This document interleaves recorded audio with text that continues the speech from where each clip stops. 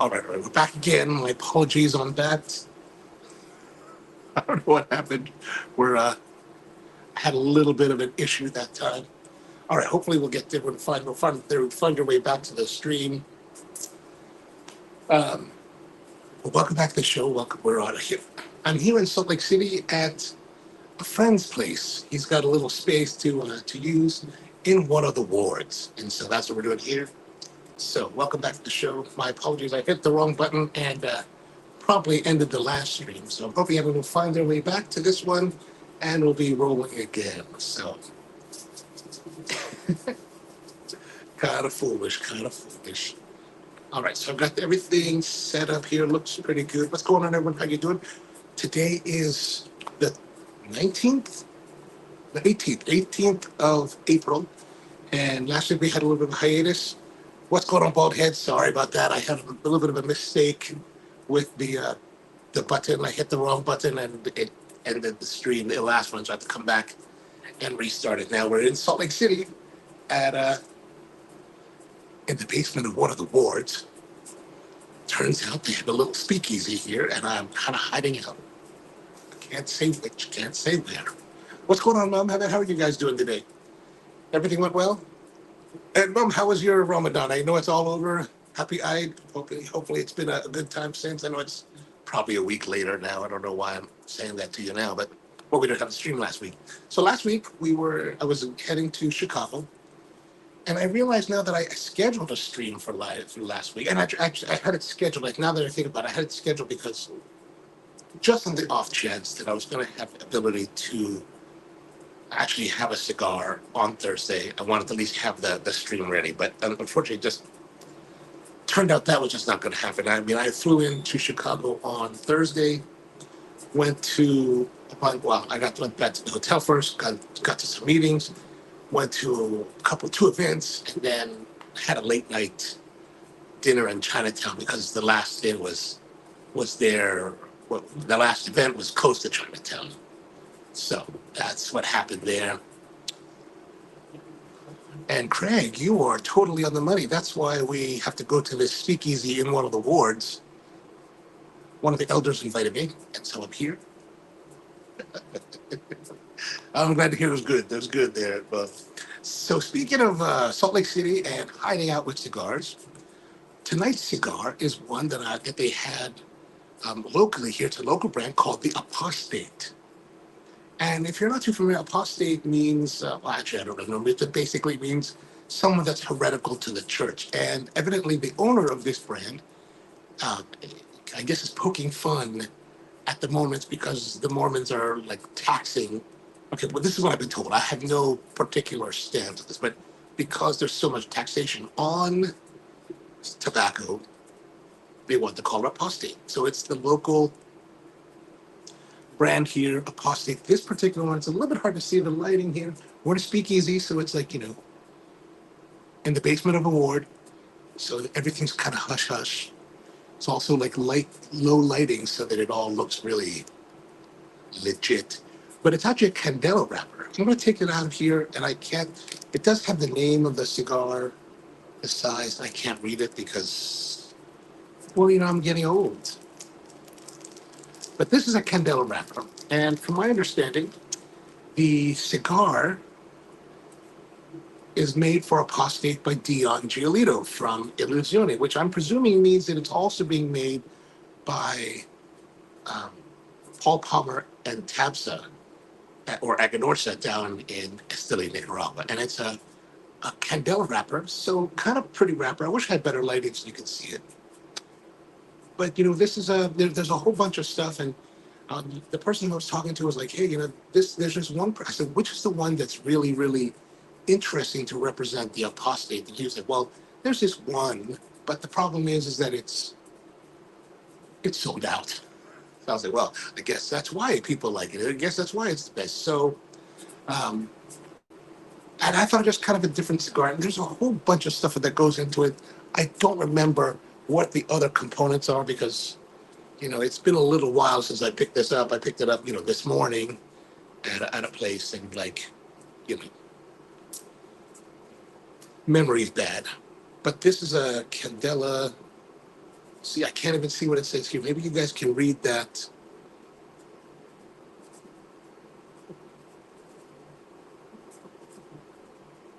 If you can see, but it looks nice. Rusty's with us. Sorry, I wasn't hitting the buttons because I'm so used to the morning live stream that I don't have a, that it's just, Craig says, I saw Beehive was a good cigar store there. Oh, I saw that. I did not go by there um, yet. Maybe tomorrow. Maybe I was there. I can't really, I don't know. And haven't had Candela in many, many years. Yeah, I like to get them every once in a while. Lately, it's just been more of some Candela wrapper. Uh, well, actually, the full Candela I've had was the one from Roma Craft, the Irish something, the Black Irish, I think it's called. That's always that. I like the Candelas because they give a little bit of saltiness. Typically, that's kind of the generally accepted flavor note from it. Maybe a note on the dry aroma, the fragrance of light manure.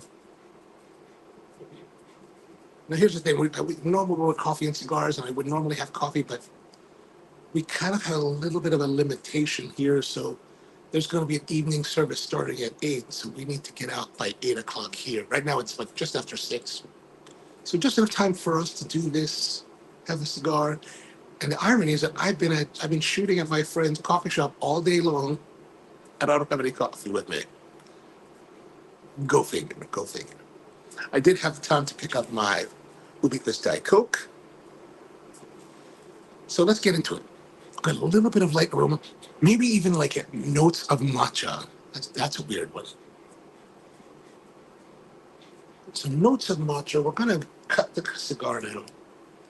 I'm gonna keep this so that I can properly identify the cigar later.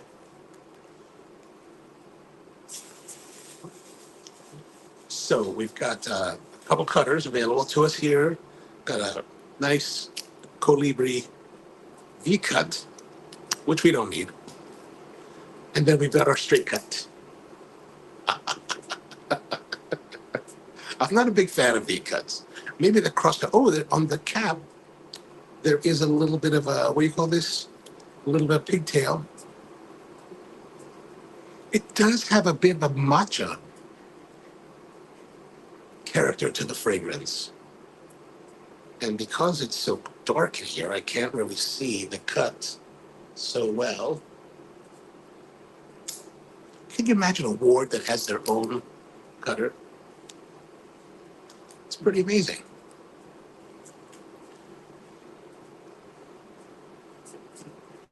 Tony says, I wonder if it's similar to the Illusion Candela. I mean, it could be because there is made in the same factory, so potentially there's a lot of similarities there.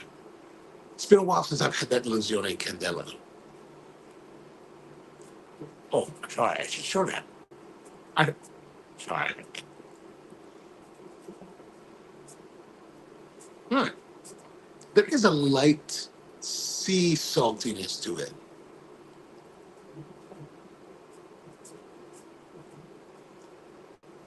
Maybe almost like a saltwater taffy, that kind of saltiness.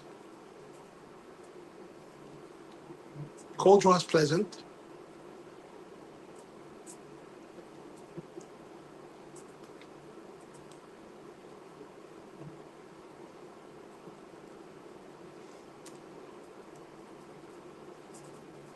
I would say I would give it an 8 for our aroma and fragrance.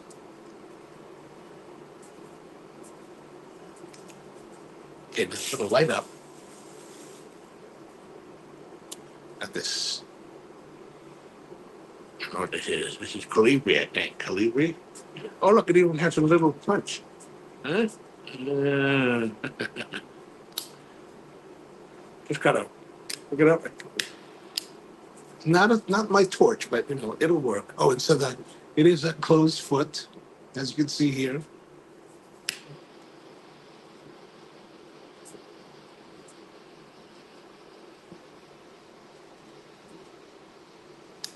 Draw was a little bit tight there, but now it's starting to loosen up.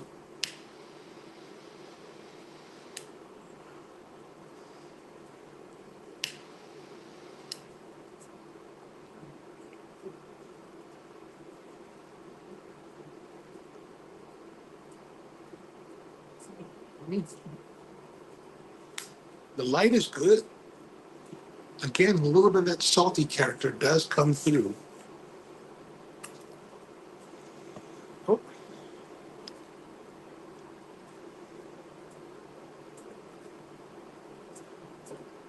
there's also a light sweetness happening.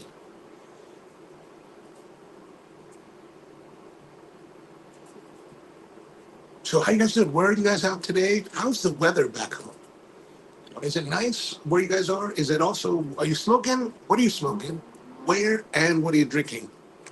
Tonight's a pretty relaxed night for me. I'm going to have my Diet Coke and this nice cigar. George Shem is with us. Good evening, all. Enjoying an Olmec from Foundation with some Gatorade Zero. Excellent, excellent. Oh, no martini tonight? No martini? I'm a little bit surprised. If you're just joining us, I'm having this cigar called the Apostate, which is, doesn't want to zoom in. I don't know what's going on there. But the Apostate is a Candela, this particular one's Candela wrapper. That is a local brand here that I believe is, well, I was told that it's made by Dion Giolito or Illusione for the company here, which I'm presuming means that it's made by Paul Palmer and Tapsa in Italy. I mean, if it is, there's nice construction, good draw, there's good combustion, nice burn, good smoke. It's burning a little bit uneven. Maybe I didn't light it well enough.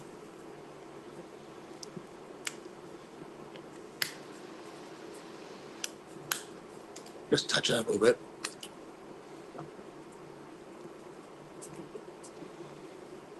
So like I said, last weekend or last Thursday, I was in Chicago, arrived there, and I was there for the annual Specialty Coffee Association trade show.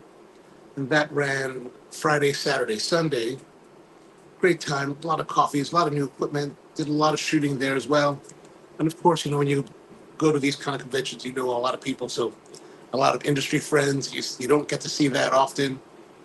And then after that, Monday morning, early Monday morning, I had to get up like at 4:30 to get the cab at 5 to take me to O'Hare to catch the 7 a.m. flight to Vegas. So I went to Las Vegas on Monday for the NAB show, which is the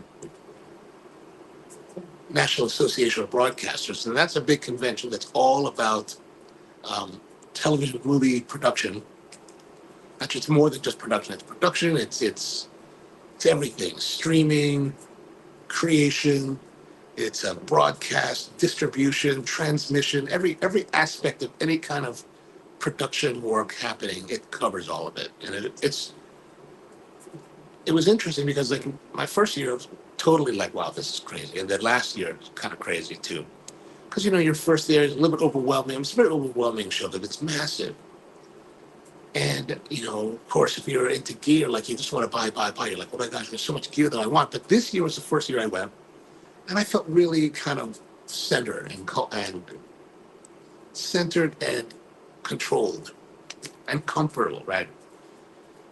Meaning that of all the gear, there's all kinds of wonderful gear there. But the thing is, I've been in this groove of YouTube creation for so long now that I feel very comfortable. I feel very like, I mean, I'm saying comfortable, I want to say set, but those aren't really the best descriptions. I feel in command of what I'm doing. Like I know what we're doing now really well, and I can figure out. Well, I mean, like I don't feel the need that I need everything in sight. Like I know what we're doing.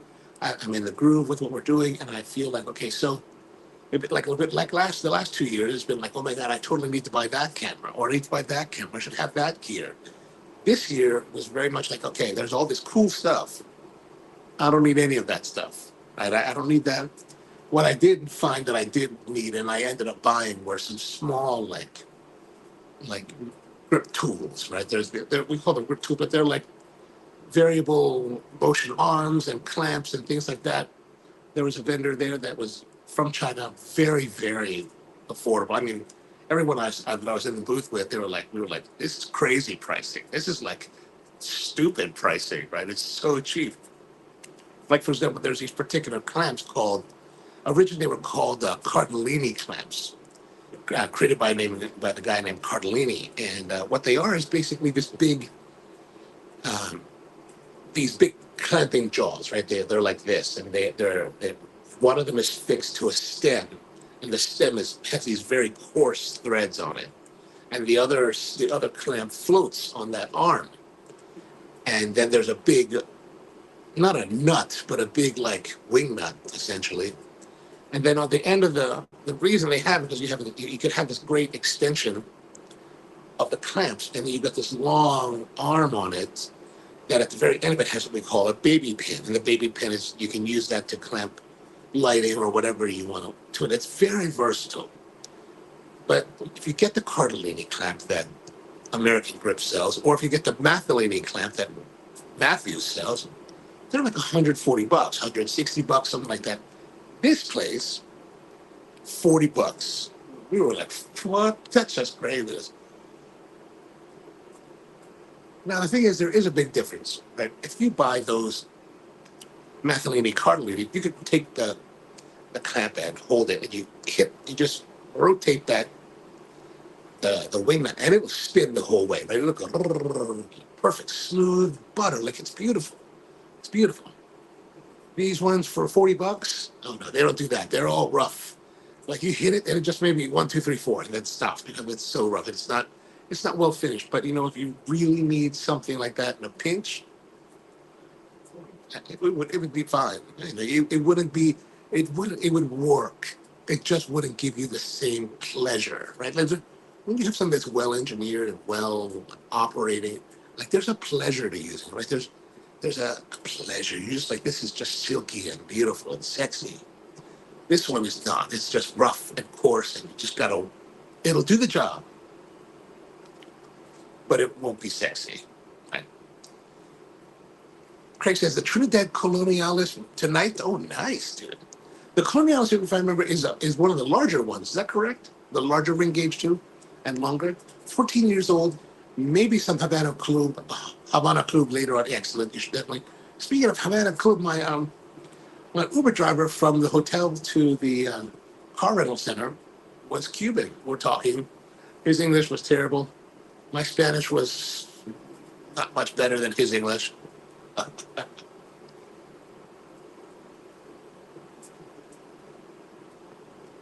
So far, so nice. A little bit of saltiness, pleasant smoking.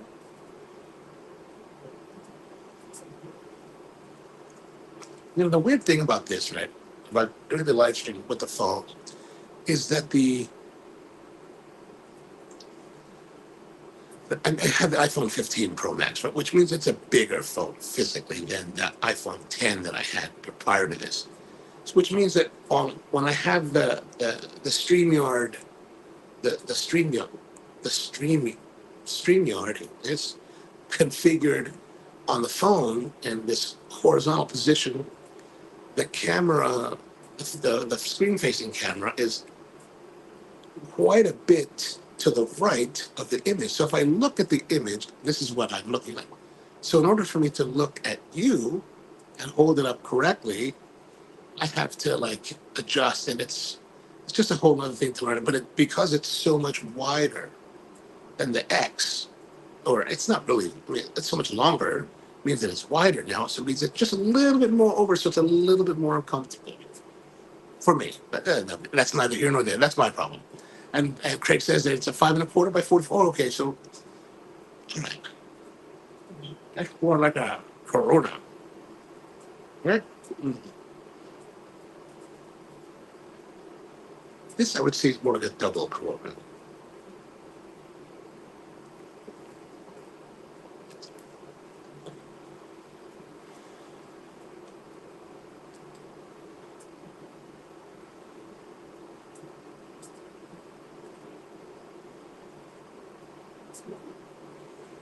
But the show was good. The nice thing is that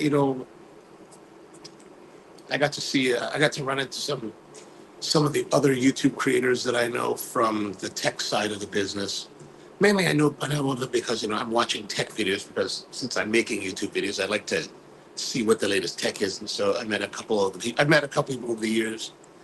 Aaron Parecki was one of them, and then finally met up with Jim Schofield from the C47, and a bunch of guys there, Brandon Petrikowski, and then one of the bigger creators that I've met that I've been talking to over the years, but have never been in person was Tom Buck and his wife Heather. Got to meet them finally. They finally came to NAB, so we were able to meet up and chat for a moment. That was really exciting. But other than the clamps, I didn't really buy much of anything. I didn't really have a need for anything. I've got the gear that I need to do the work that I need to do it, and that's enough. And maybe I have a little bit too much. I have to get rid of some of it. I did go to the Neumann booth, and Neumann, if you're not too familiar, is a company that makes microphones, and they're like a very well-regarded Swiss company making very high quality and high-end, very expensive microphones. Like we're talking microphones in the $4,000 region, right? But they sound beautiful, and undoubtedly, you guys have all heard music, audio, dialogue that has been recorded with one of their more famous microphones. They're called the U87, and I don't know what the relationship is between Neumann now and Sennheiser, which is a German microphone manufacturer, another very high quality manufacturer of microphones. But Sennheiser is not necessarily as high quality as Neumann, right? You can buy a nice Sennheiser for $400 or $500, or you can buy really nice Sennheiser for $1,500, right? So there's a good spectrum there, whereas Neumann is always kind of high on the spectrum. Like your entry level is still very high. But as I was, on the last day that I was there, I ended up swinging by the Sennheiser booth, and Mark was there, and he was like showing me their latest gear.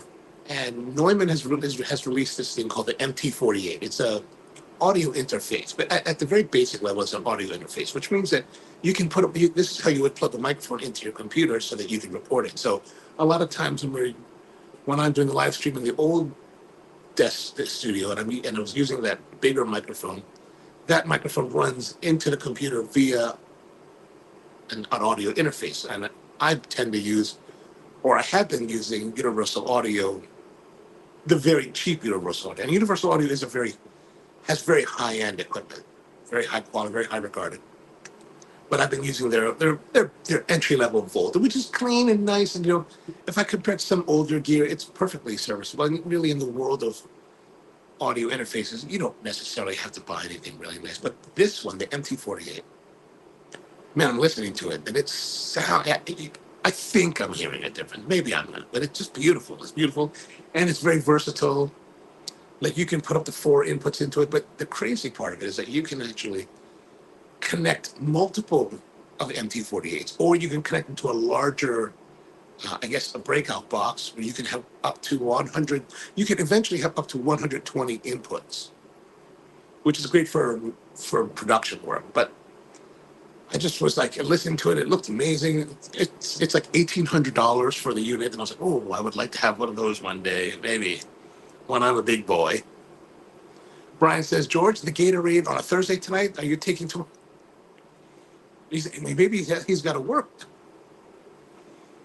Mercy says, just finished CEO Pilon Toro and now have to warm up because, oh, man, it's cold in Jersey. Is it cold in Baltimore?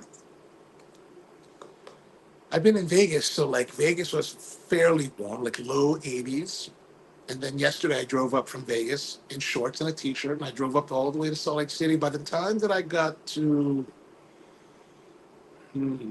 by the time that I was leaving, passing St. George, it started to get colder because evidently we're going up in the mountains slowly. It just got colder and colder. When I had to get gas I think I got gas in Provo. Man, it was cold. I was like, oh, this is too cold. I need to put on some clothes. Jody says he's smoking an Ave Maria Divinia and a Diet Cherry Pepsi. Excellent, excellent. You must be at Bud's house, I imagine, smoking one of those. No, trying to behave is tough. Yeah, that's how I figured. It's like usually I figured maybe there's a big day at school tomorrow, so we gotta slow down with that kind of thing.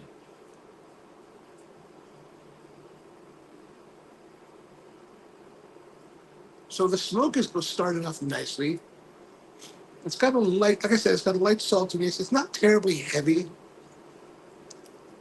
To me, it feels fairly mild overall. Not, I wouldn't say it's a light cigar, but to me, it's not too heavy for me. Like I'm not like, oh my gosh, I'm gonna like get ill of this. Like that's not the experience that I'm having with this cigar.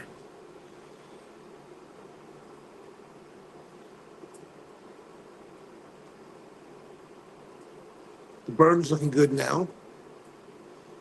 Right, that's pretty good.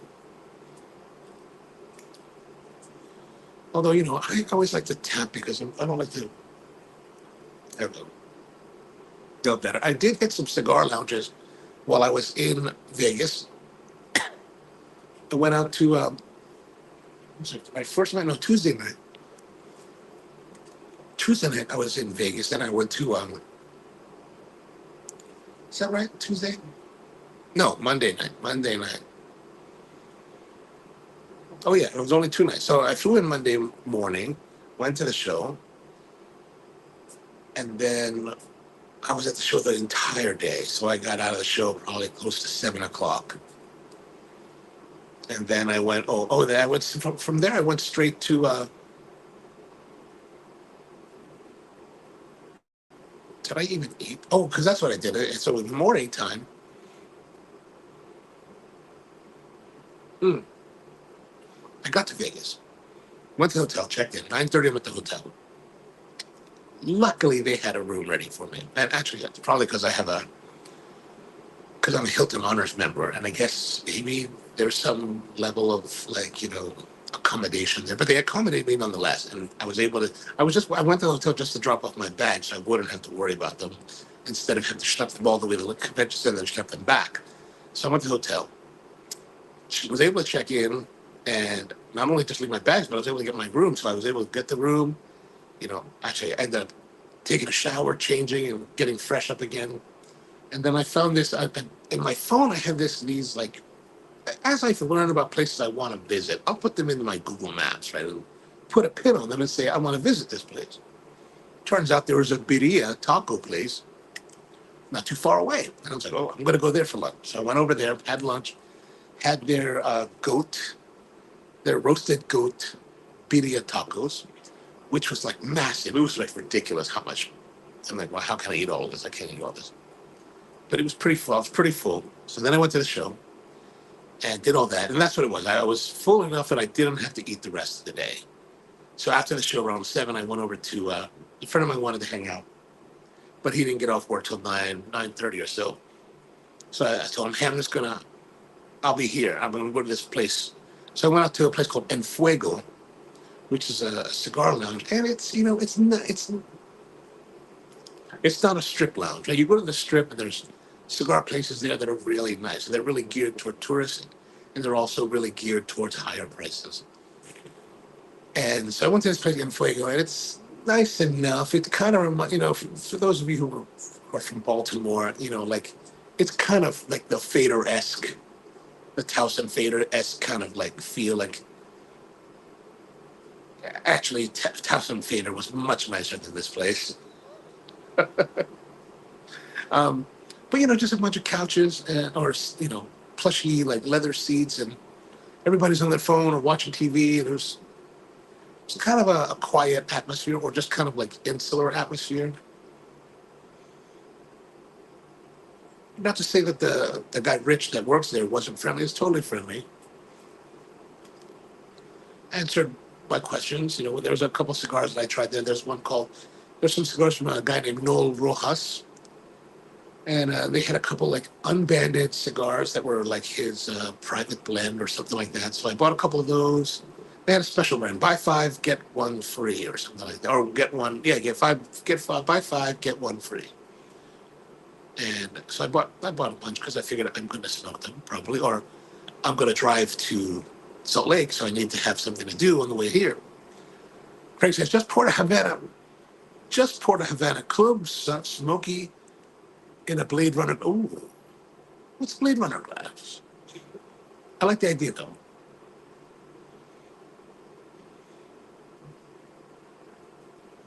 So I went, I ended up smoking there for an hour, more like 2 hours. My friend came. We went to go have Korean barbecue. Went to a great place for Korean barbecue there. Can't remember the name offhand, but that was pretty much it. The next day went out. Oh, the next day, 'cause my hotel is off the strip. Like I don't like to stay on the strip because the strip's expensive, and it's also like you've got all these people there, and it's kind of craziness, and like I don't want to be crazy. And here's the problem: you go to casino hotels, right? Casino hotels are big in Vegas, right? Like, especially the bigger ones. If you're unlucky, you might arrive there at a time when there's a lot of people checking in, and man, it can take forever to check in. So last year when I was at the Virgin Hotel, which is the old Hard Rock, luckily I got there during a lull, so I was able to like not have anyone. There's like maybe one person in front of me, but sometimes you get unlucky, and you got all these people, and you're like, oh god. On top of that, you have to pay this resort fee. So for whatever your price is, you have to add another 35 to 45 or more for their resort fee, which I think is total bullshit, right? You paid whatever price is, and now they're charging you for what? Using the pool? So I really have just stopped staying at like strip hotels because of that. Somebody else is paying, sure, but if I'm paying for it, hell no. I'm here for a show. I'm not coming to Vegas to like party and have a good time. I'm here for a reason. I don't care about all those things. Another problem in Vegas now is if you go to a hotel, casino hotel, you got to pay for parking. Back in the day, no parking. I mean, no payment for parking. You just park for free. That's how it should be. You're making your money on our gambling. You know, I just, so I don't really go to those strip places. Hmm. I feel like I'm having some combustion issue.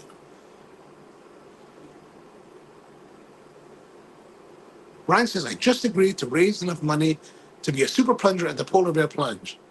Oh, you have a fish? Yes, that's crazy, dude. What's the difference between a super plunger and a regular plunger? Like, what's the difference? Do you have to stay in longer?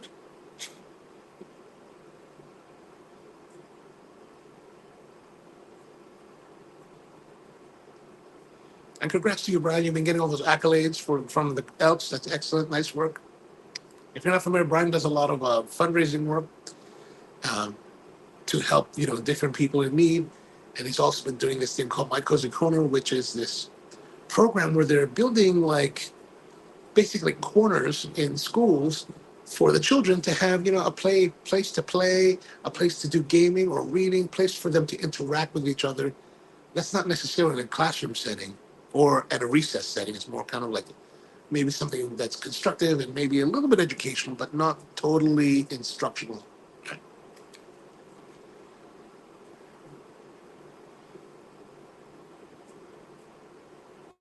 Brian says that the super plunger plunges 24 times in 24 hours. Wow.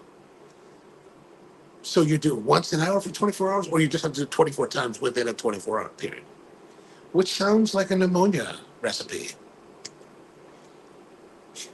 I only gamble when lottery hits a billion. That's me too, man. When the lottery hit the billion or got close to a billion, then I was buying ticket. But I only buy one ticket. I believe I'm going to win. I'm going to buy one ticket. When do I sleep? I don't know. I don't know, man. I don't know either. Sounds like craziness. Sounds like craziness. And then you're also doing stuff with the mission helpers, which I think that's a really great one too. I think the older sisters need as much assistance as possible.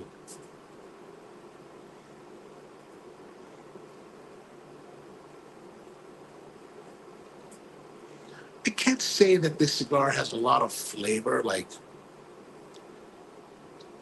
aroma craft would. Like it doesn't have that strength, that punchiness. I mean, it seems fairly pleasant, but just not very punchy.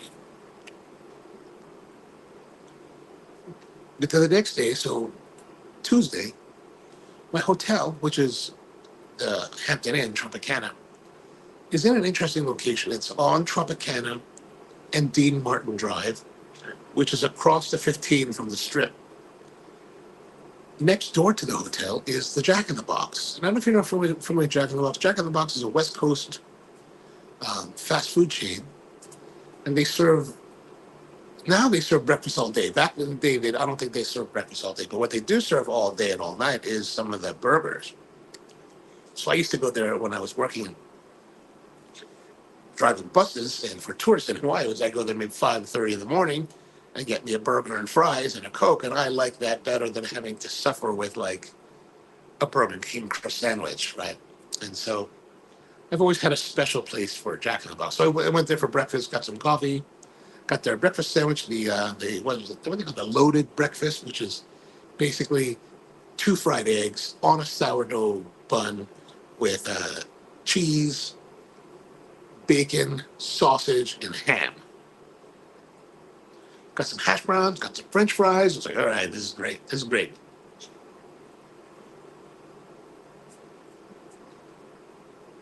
But it's not a healthy meal, right? Like when I was home, before I left here, I was doing a lot of salads, especially for lunch. Salad. Trying to, be conscious of that. But man, this day was like the worst. Like, so we went there first, at Jack in the Box for breakfast. Caddy corner from my hotel is an In and Out. So 10:30, I'm at In and Out because I got to go to the show. But I'm like, okay, I'm going to wait 10:30 they open. So I'm going 10:30, In and Out, double, fries and a Coke or Diet Coke. The double double is always very solid burger, solid burger. The French fries at In and Out, that's their weakest link. Like those guys, I don't know. Everybody's like, oh, it's awesome. Yeah, the burger is great. Fries, disappointing, always disappointing. Once I learned about French fries and how to make them really well, In and Out's fries became disappointing because they're cardboardy, they're hard, they basically they make them in house, they slice them, and then they put them straight into the deep fryer. And it's like there's no double frying, there's no bar frying, there's no bar boiling, there's no nothing to break down the starches and then let it cool down and dry out. Not a good thing. Did that meal come with a Lipitor? It needs to. It needs to. Actually, the whole day needs to be Lipitor. Brian says, I just ate a CFA salad. I really need to be eating that salad. Because, like, after that lunch, one of my friends, Jen, she was like, hey, let's go out to dinner. I was like, let's go to dinner. Let's go. She's like, where do you want to go? And I was like, Zippy's. And if you're not familiar with Zippy's is basically the Denny's of Hawaii. And if you lived in Hawaii at any time or you've been to Hawaii, you've probably gone to Zippy's. And if you lived in Hawaii, you probably love Zippy's. And I'm one of the people that love Zippy's. And what I like to get there is their fried chicken. They have this really great fried chicken, but they are just basically fried chicken thighs that are just a single bone thighs, nicely breaded, so crunchy and just good flavor. And you get that with their chili and rice and macaroni salad. And then we got a little bit of French fries to give it a little extra crunch. Man, if there's a meal that I dream about, that's the meal I dream about.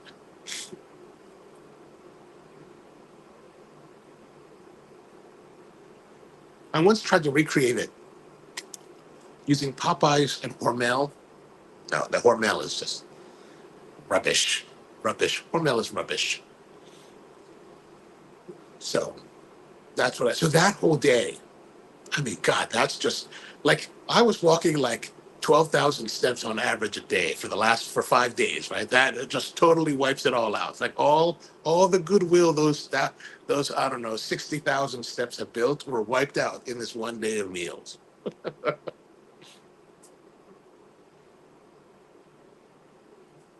And yesterday was again. So Zippy's has this thing right now that I saw a few weeks ago on their Instagram. They have a special running, a contest. If you do 4 transactions with the app, $20 minimum, you get an entry into their trip to Japan. So they're partnering up with Jet Air, which is this low cost airline that's flying from different portals out of the United States to Japan for, I don't know, you get there for $400 or something like ridiculous. And the reviews have been pretty positive that I've seen online. And they even have like a business class section where you can pay a little bit extra to get these business class seats. The service is no different. And the food, there's no food, right? There's no food, there's very little service, but you get a bigger seat. And I was like, well, Japan would be great to go to, and maybe I can win this prize. So I was like, and so I messaged Zippy's, whoever does their meet. I said, is this good for the Vegas location? Because they recently, in October, they opened a location in Vegas. And since that time, I was like, when I go there for NAB, I'm going to eat there. And so I'm on this, so I have to make the 4 transactions. And I'm only there for a couple of days, right? So it's not like I can go there once a day. I got to go there multiple times in a day. So I went there for dinner, and I told our server, I said, hey, this is, how can we make this work? She's like, okay, I got you. I can do it for 2 transactions. Good. So that's half of it. The next morning, yesterday morning, it's like, okay, breakfast, Zippy's. So after I picked up my rental car, drove back to Zippy's, had breakfast there. I got their French toast, the Hawaiian bread French toast with Portuguese sausage and rice, which is, fairly decent. Fairly decent. It wasn't the best. The problem is, so the night before, our server was like, yeah, if you get that one, we actually make the bread in house. So if you're familiar with that King's Hawaiian bread, that's the kind of sweet bread that we're talking about here. The Kings, they still make them, but you don't see them as much. You mostly see them now as dinner rolls at the grocery store.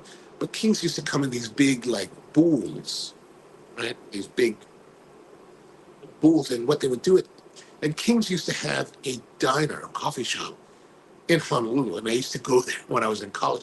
And they would give you these big wedges. They would cut it into wedges, like a pizza. And you'd have these wedges of French toast, and they were amazing because this King's is really soft and chewy and moist and just beautiful like that, right? And as French toast, God, amazing. But when sometimes you get like brioche rolls, right? Sometimes you get the brioche rolls that are kind of dry. They're dry on the inside, and you can see the crumb. They're really well defined, but it's dry. It's not soft. It's not. Unfortunately, the French bread the Hawaiian bread that the Zippy's bakery was making is more like that drier style of crumb. And it wasn't all battered. So part of it was just basically bread. So it wasn't very sweet. So it wasn't as good as it could be. Plus, Zippy's has, I don't know, I don't remember it being like this before, but I never really ate this there anyway. But they have a really gloopy type of syrup. It's artificially gloopy. It's almost to the point of being taffy. It's not very nice. Or maybe it was like that before, and I'm just used to now only really, I only have pure maple syrup at home. So maybe that's part of it. Maybe I'm just much more highfalutin now. George is moving on to an intemperance Volstead. Ooh, let's see where this goes. All right, let us know. Let us know. That sounds good. That sounds excellent.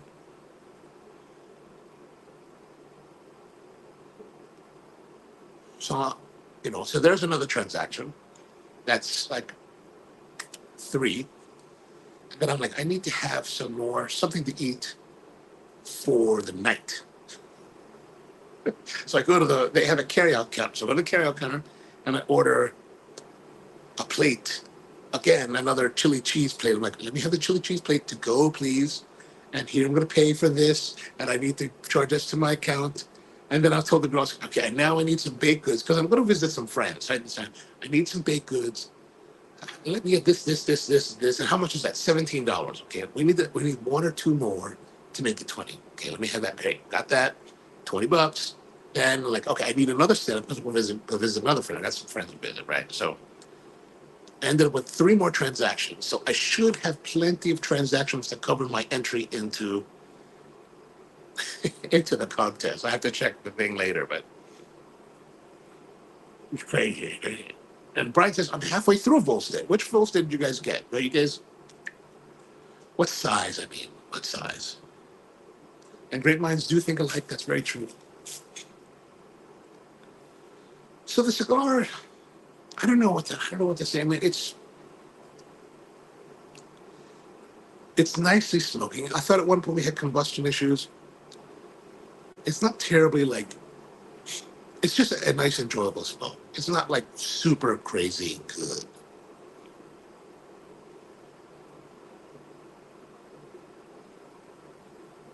Like body, light medium. Quality of that body, good. Maybe 7.25. Flavor wise,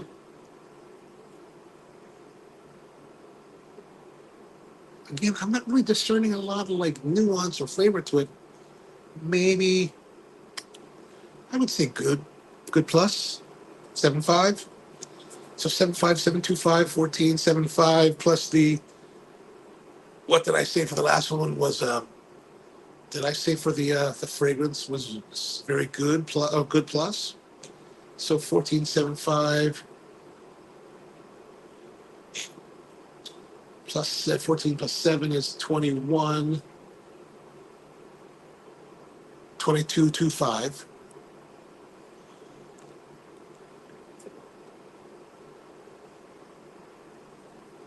20% off at Falls Road. Oh, nice, nice, nice. And then Brian wants to know what size he bought today. Tony. Candela wrappers mostly on mouse. Well, I mean, typically, but you know, if you go with the, I think it's called the Black Irish from Roma Craft. That's not quite a mild cigar, but I think and what I tend to find in previous smokes, what I remember, like with the Fuente 858 Candela, or even I think they even made it. I think they even made their Churchill in a Candela before. It just added a nice kind of like salty. To me, I'm being real simple about it. A nice saltiness to it. It's not bad. It's enjoyable. It's just not wow, right? That's what I'm saying. That's what I'm saying.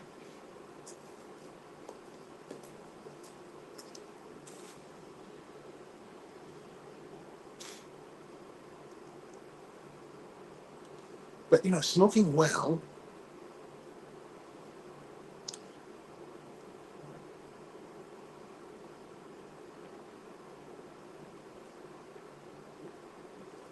So for lunch today, oh, lunch today I went out to a place called Schweiz, the German name, German deli.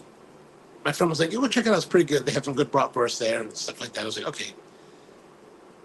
So I went there, and I should have got the bratwurst, but I looked at the menu, and it says Schweinhaxenbraten, which is, you know, Schweinhax is the pork shank and bread. $13 or something. Oh no, $9.59 per pound or something like that. And I was like, oh, what Schweinhaus? Yes to Schweinhaus. I always want to say yes to Schweinhaus. And I typically get Schweinhaus in Germany, and it's very like the pork shank is very like the meat has been cooked for such a long time and super succulent and beautiful and like soft.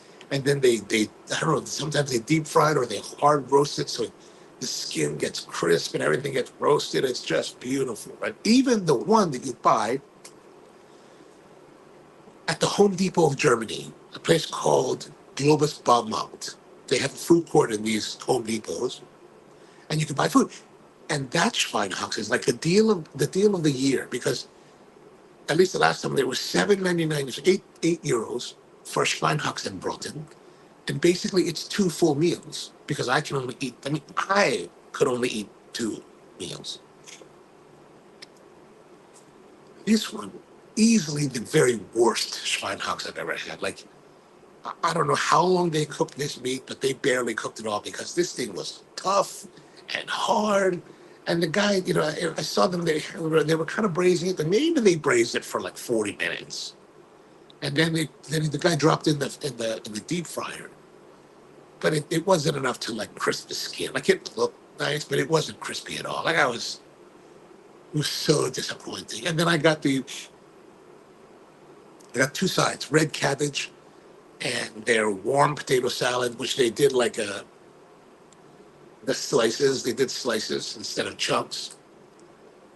I mean, sliced potato salad, man, no big deal. I mean, flavor wise, was the vinegars and stuff, sugars, nice enough, but the problem was not fully cooked, right? Like the slices, like you would get in a gratin, they just won't cook through. Like it was like crisp in the inside. The red cabbage was fine enough. I was like, God, man, what a disappointment.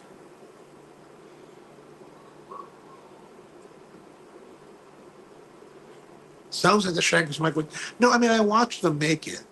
Like I saw him pull it out of the brazier and into the deep fryer. So it definitely wasn't microwave, but it was just, uh, or maybe they microwaved it at some point before I walked in the store and put it in the brazier. But man, it definitely wasn't cooked for very long because it was, I mean, tough, tough.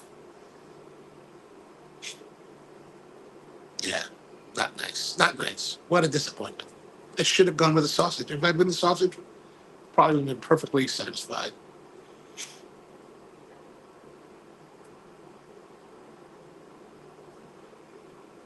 But after getting the goodies and zippies, hopped in the car, drove up to St. George.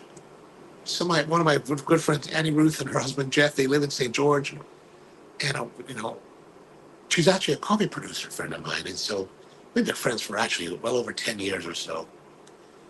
And she messages me like a few weeks ago. She's like, "Hey, what's going on? When are you going to come to visit?" And I was like, "Oh, you know what? I'm supposed to come." She used to live in like outside of Temecula, California. And I was like, "Oh, I'm actually probably going to come to California in May." And she's like, "Well, I don't live there anymore." I said, "What are you talking about? I live in St. George, Utah." I was like, "What?" And I looked it up and I was like, "Oh, well, I am actually going to there next week." So swung by to visit her and her husband, who were dear friends of mine, and their new daughter, Nina, who's only like 2 years old.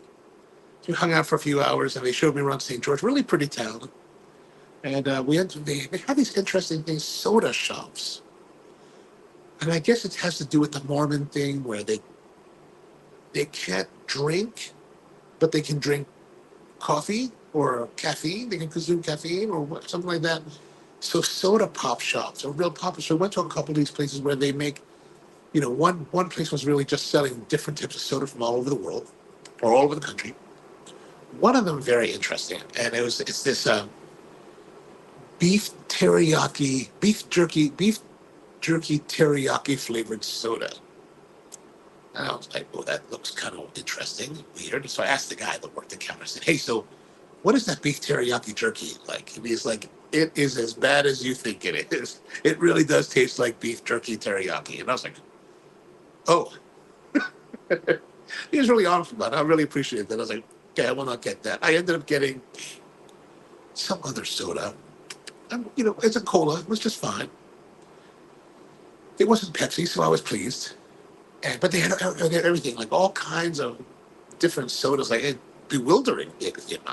And then we went to another place called Swig, which is a drive-through window. Like imagine coffee drive-through, but no coffee, just soda. And they make these concoctions with soda, right?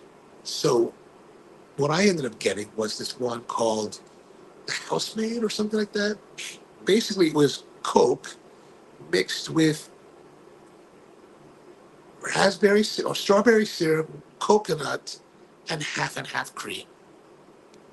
I was a little bit weirded out by that, but I was like, she said the girl that we're talking to was like, "Oh, this is my favorite." I said, "All right, let's have that. I'll try it. I'll try anything."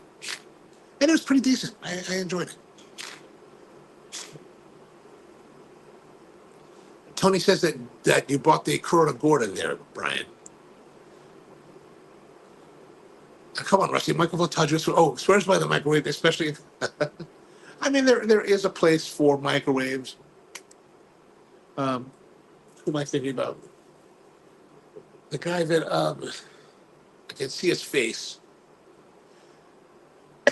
Old guy from San Sebastian in Spain. Juan Marie Arzak.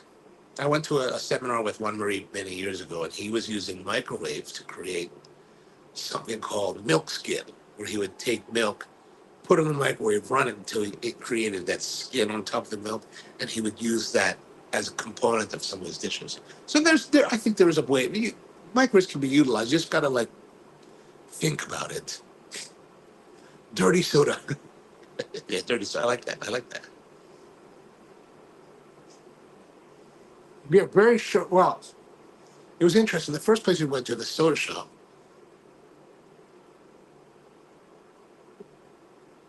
they did sell. It was in the building that used to be that was the first general store of St. George many years ago. Whenever they found it, they kind of preserved the look of it. It's a really unique and interesting place to check out. But it was set up kind of like a soda jerk. They even had ice cream you could buy. We bought some ice cream for Nina, and yeah, that's really it's just very soda jerky. Yeah, very much so, much like that. Definitely, it's good for heating my. Good Lord, Uncle Ben's really, you're really eating that. Come on now, man. Come on now.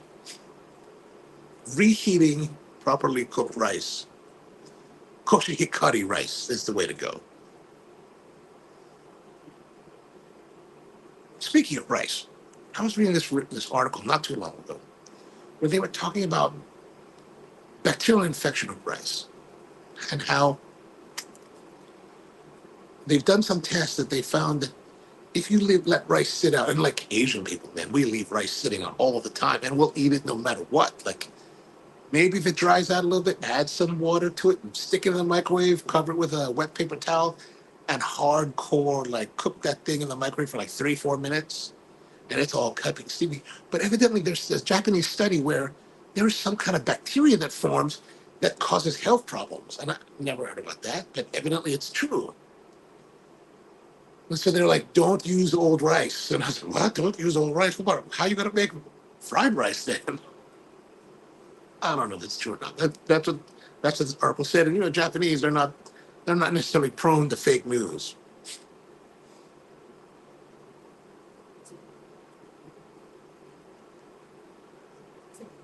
So let's rewind a bit. We went so the first night, I went out to Enfuego, and I said Enfuego is kind of like this. It's a decent place to go. It's a local place to go, so you're away from the strip, and like it's just a bunch of local people there, and you're just kind of like hanging out. The exhaust system was fine. Like it was rather full, not full, but there's a good number of people there, and it was very manageable, very enjoyable. The next night, so it turns out my friend that picked me up to go to get the Korean barbecue. I didn't know this, but he also smokes cigars. He's like, "Well, I smoke cigars." I'm like, "Well, dude, we should go get some cigars."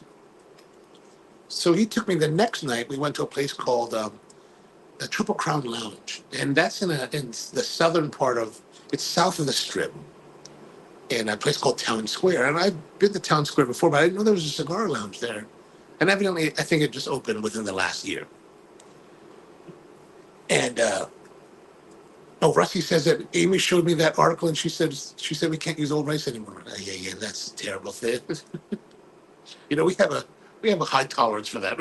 We have proclivity to that, I guess.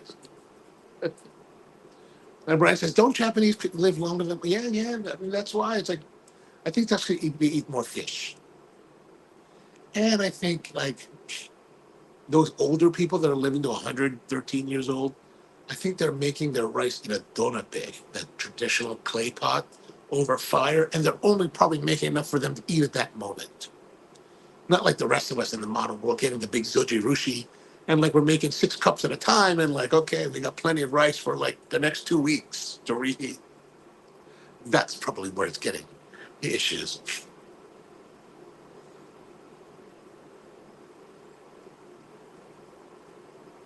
But I guess we'll find out in about 50 some years when our generation, whoever makes it to that age.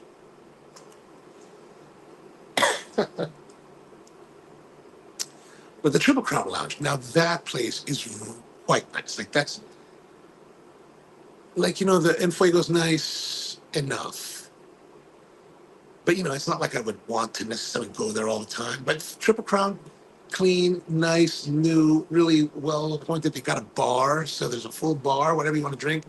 I ended up getting, I didn't get anything special. I got, all they had for the Cognac rum was the 4-year white. I was like, just make a Cuba Libre out of it. That's fine.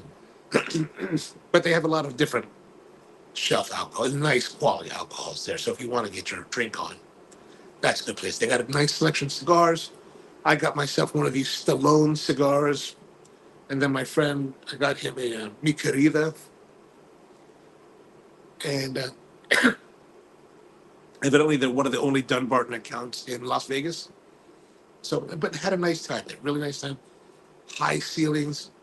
And evidently, from what I talked to the owner about it, because I asked him, like, how do you guys handle your smoke? He said, we got a little vent there that pumps it out, which didn't look very large for the space. This is a pretty sizable space. And they had 4 big smoke eaters around the place. And it was relatively empty, right? There's myself, my friend, a couple, and then maybe 6 people at the bar. So maybe we're talking 10 people total in a space that's a good, I mean, I would say it's at least 1,500 square feet. Plus, it's got 20-foot ceilings, so the cubic footage is massive. Good size humidor, good selection. So well worth going to. Triple Crown. Triple Crown is the name. Greg says cover ice and cool it fast. Slow cooling is yeah, but here's the thing. They from what I remember from the article, it wasn't about the cooling. It was just that at some point this bacteria would form, and evidently it's supposed to give you respiratory issues. I'll have to look it up again, but I was like, oh, that's crazy.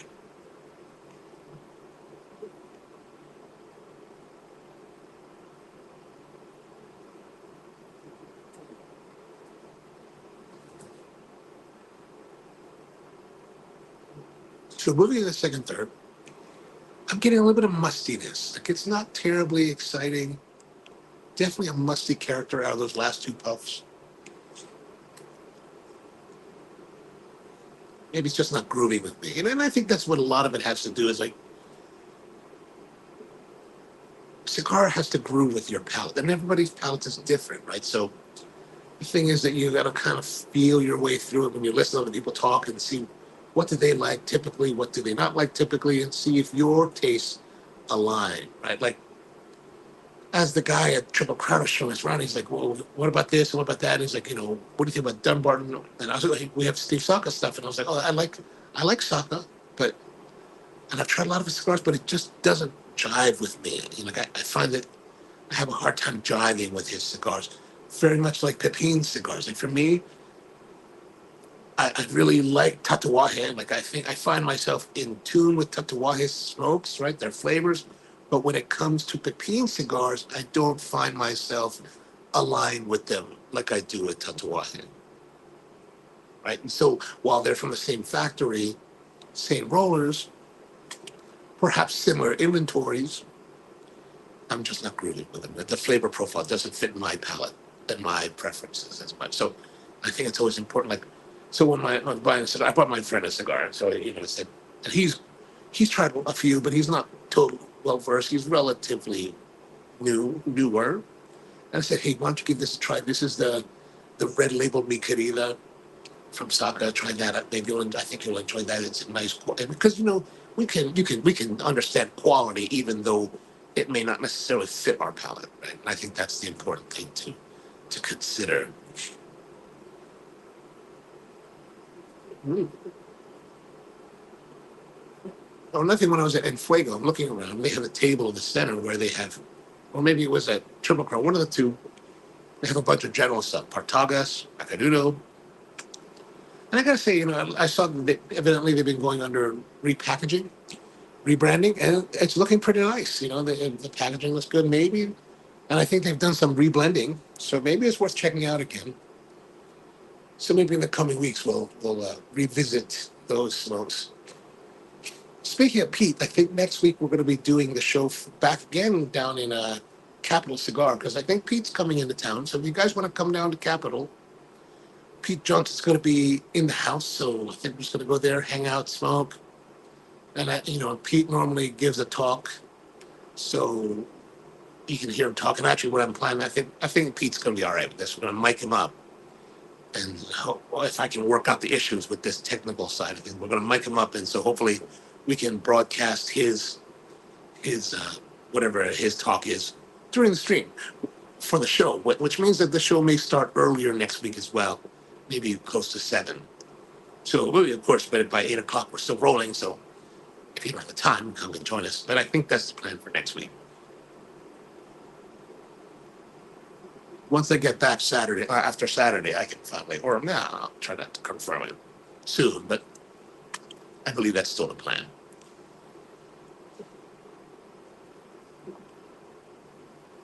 So coming along, I'm going to take the band off. So there's 2 bands, one that says whatever this cigar is, which, can you read that? If you can, read, if you can if you can figure out what that is, drop that in the comments below so that I can like at least say it. You're like, yeah, I can't see it. I can't see it. I used to have such great eyesight, but now it's getting worse. And this is, like I said, this is called the apostate. Apostate. There's actually a whole number of cigars out there. There's one that has I think it's called like the honeycomb or something, honeybee, but it's a cigar that has rings on the foot. You know, like you know how we do barber pole stuff. So it's got that kind of like that those barber poling. I might get one of those before I leave.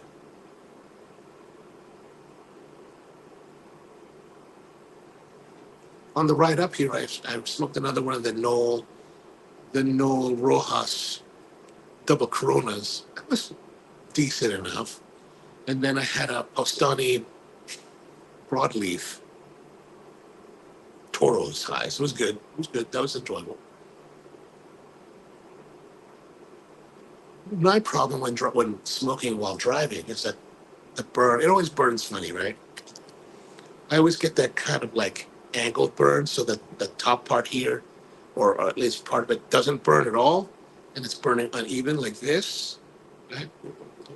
That's always irritating. So I have to figure a way to like relight it, or maybe stick it out the window to public burn, or relight it, and then sometimes it goes. And that's the weird thing. Like you're smoking fairly regular, and I got the windows kind of open, so the winds, there's always air, but the cigar's going out, and I'm like, oh, that's irritating. So I got to fish out the lighter. Luckily, the lighter that I have is a torch lighter, little portable torch that I picked up in Japan last year for like $2, and you just click, click, click, and it's nice because it does flow out, so I'm able to like light it.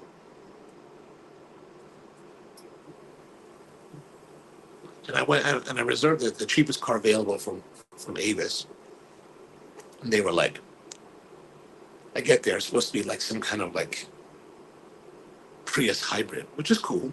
And I get there, the guy said, well, we don't have any more Priuses, but we do have the Wrangler hybrid from Jeep. And I was like, oh, the Jeep Wrangler, that's kind of interesting.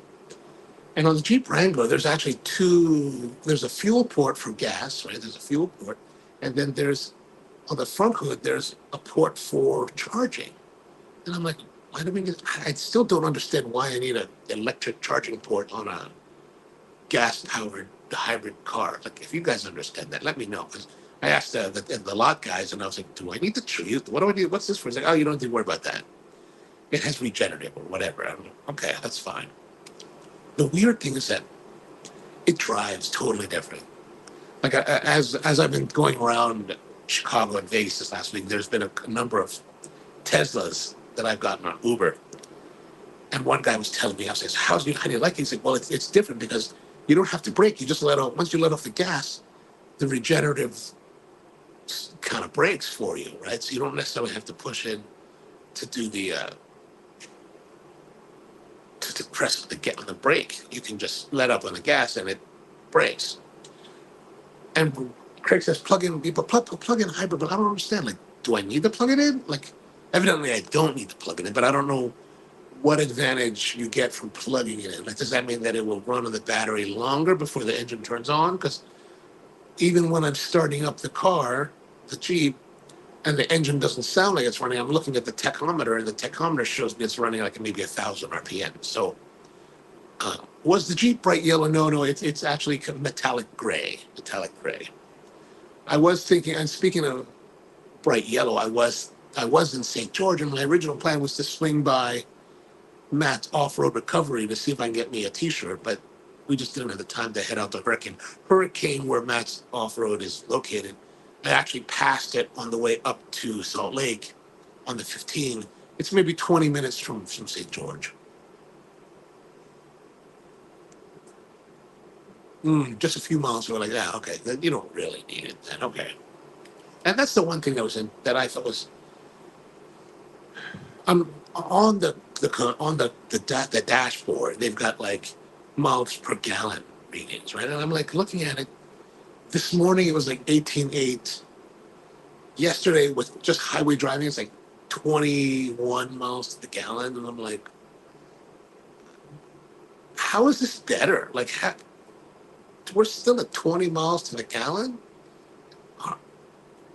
Shouldn't we, like, I mean, isn't this what we were getting like in the 80s and 90s, 20 miles an hour? Like, my old big tank of a Land Rover probably got 20 miles to the gallon.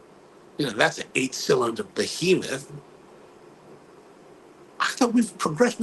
I don't think we progressed, or maybe technology has progressed, but we certainly, I don't know. I think, seeing 20 miles to the gallon just seems so ridiculous to me. Like my Toyota Tacoma, I think max I can put in is 18 gallons of gas, and I can typically, just with mix of city highway driving, I'll get maybe I start to get stressed about not putting gas when it gets to 320 miles to the tank, and I'm monitoring it. That's not much better. I'm just like, I don't know, man. I'm just like, how is it that's 21 miles to the gallon? Which I always thought I was thinking I'm going to be seeing 40, 50 miles to the gallon, right? Something economical, something that's actually economical. But maybe it's because, the Wrangler is not necessarily the most aerodynamically sleek vehicle in the world. Plus, it's also noisy. It's got these big knobby wheels that actually, when you turn, it rides differently.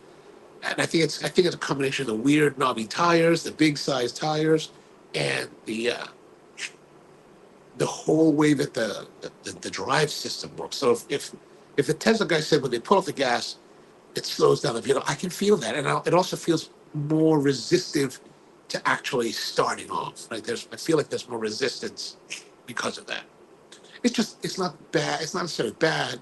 It's just different. Just something to get used to. And the other thing to get used to, Craig says, good for instant movement when the gas engine turns off at traffic lights. Yeah, I guess that's good. I guess it's good. I haven't really had too much of that since most of it was highway driving yesterday.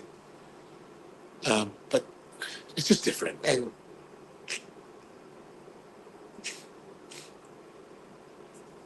the different thing out here is that the highways, like the I-15, speed limit in Utah is like 80 miles an hour. Like, I had to get used to that. Like, we're really rolling. Like, I'm setting the cruise control like at 83.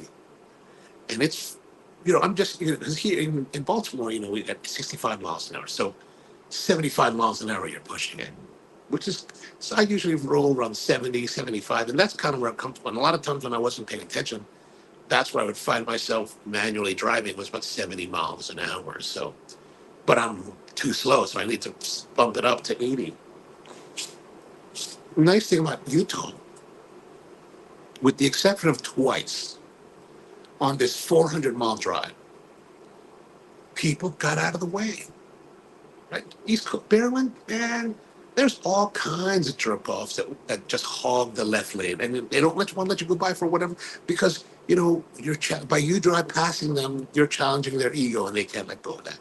Here in Utah, for the most part, man, everybody moves out of the way, which is great. I mean, I love that.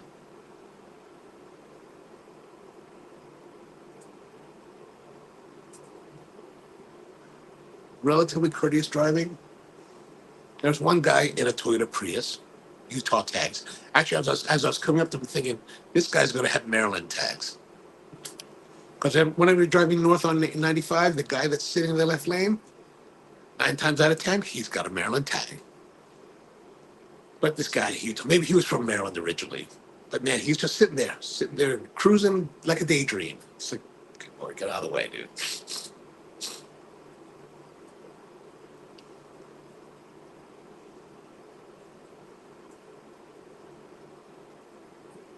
So let's say, no, not yet. I'm going to say, let's say the second. We're going to say our second, third. Good. It's just good. It's not great. It's not even good plus. It's good. Body is good. Flavor is good. So the last two categories we had, three categories, we had 22.25 plus 14, 36.25. So we're 36.25 for the total score.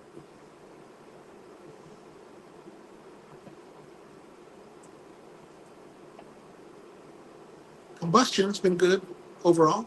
Smoke produced, good, very good, very good. I say very good.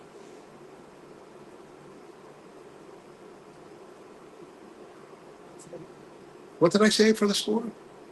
36.25, or 36, yeah, 14 plus 20, 22.25, 36.25. Okay, just got to remember that. Just got to remember that.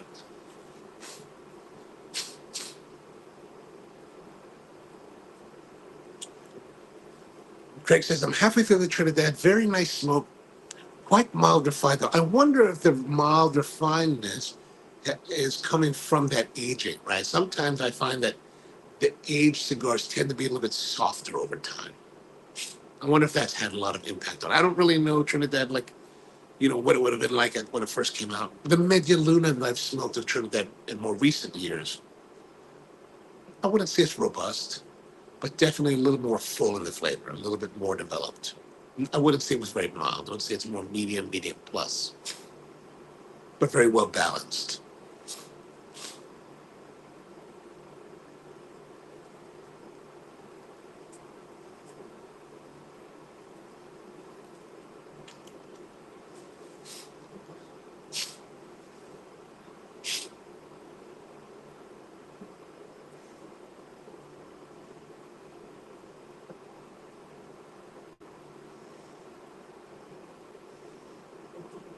And Chris says they have mellowed from his memory. Okay, that would make sense. To me, that makes sense.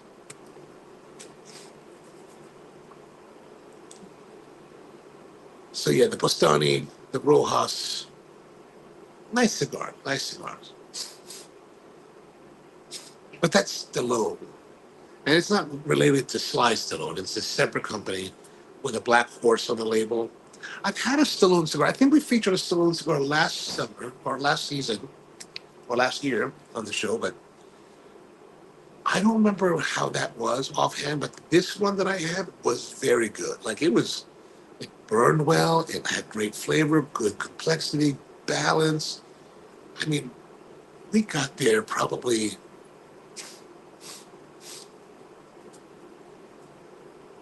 Okay, let's say, I think we got there earlier, but let's say we started at 10 p.m.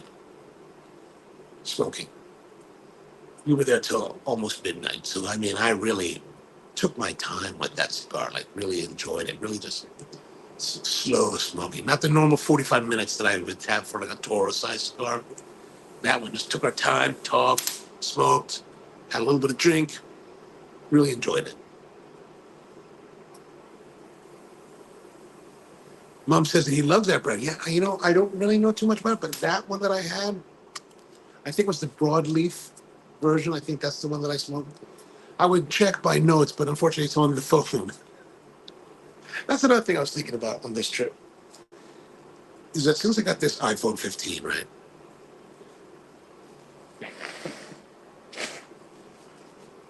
Since I got this iPhone 15, I have essentially retired the iPhone 10. But so I've been using the iPhone 15. I got it on this mount. I'm using it for my GPS. And I was thinking, I should have brought my 10 with me, and I should have updated all the apps, like the map apps, and then just tethered it to my 15 so that I could use the 15 to do what to look up whatever I need to look up or take pictures, take videos, I'm driving or whatever, and then let the 10 work, the static work. And I was like, I think I'm gonna start doing that.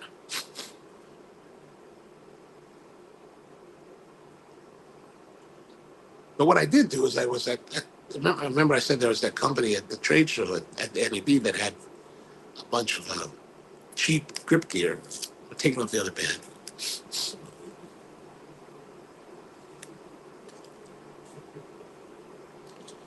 Um, I was able to put together these mounts for my phone, right? These,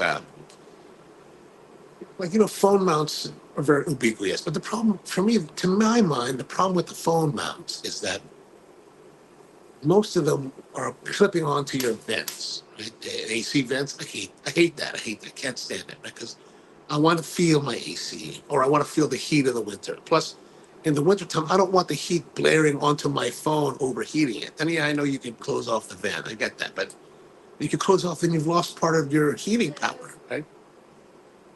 And it's like, what am I going to do with that? I can't have that. And so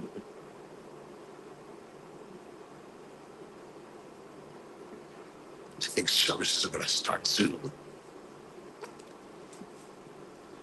Brian says that the iPhone 7S is the workhorse. Yeah, man, that's amazing. I'm amazed that still works, actually. But I'm thinking maybe I need to just do that, tether it to my normal phone, to the 15, and then I don't have to tend to it anymore, right? So that's what I'm thinking about. But I went to this company, and they've got suction cups. This is all for movie production gear, right? So they have a suction cup. They have a small one. I was like, it's not too heavy, so let me get the small one. And then this articulating arm. There are these what we call magic arms, and they're like two little ball heads on this frame that you screw down, and it clamps onto the ball head, so you can put them in really contorted positions. And then we have what we call air. They're threaded adapters with area locating pins, and these little pins pop out into these holes if both pieces are compatible, and it prevents the things from rotating and loosening. Right, so once you screw it down, it locks in place. And I got a clamp for it, and so I've been using that with the phone, and I'm mounting it to the window so that and by using these magic arms, I can position the phone wherever I want, however I want. So it's really nice. And it was only I think all the components together cost me it was $10 for the suction cup. I want to say it was $16 for the magic arm, which is ridiculous, right? No, I'm sorry. I think the magic arm was 23. Still a ridiculous deal. Magic arms are easily $80, right? Which is why I never thought about using them. And then the phone holder is maybe $10.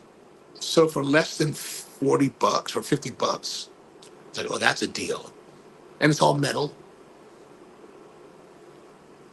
Steven Rizzo. What's going on, Steven? How are you, my man? Good to see you. Welcome to the show. How are things in Phoenix? And Craig says, waiting for the 16 and pick up a 14 or 15. I want that. There's satellite connectivity. See, I don't even know what's happening with these phones. I don't even know what the phones are all about. I'm always behind the curve in capacity and understanding the capacity of technology. What does that mean, satellite connectivity?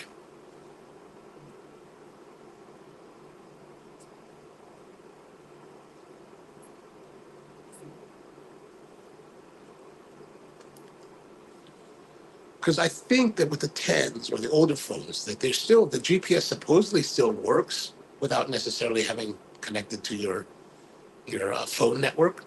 But I'm thinking that if I could connect it to my wireless through Wi-Fi, maybe everything will work fine.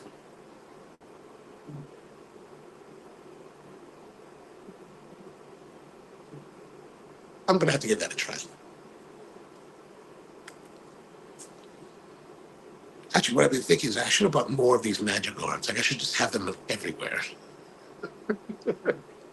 And I think that the price they gave us at the show was a lot different than the price they gave at on their online stores. I haven't looked them up on the online store. Maybe I'll do that tonight just to see the difference in pricing.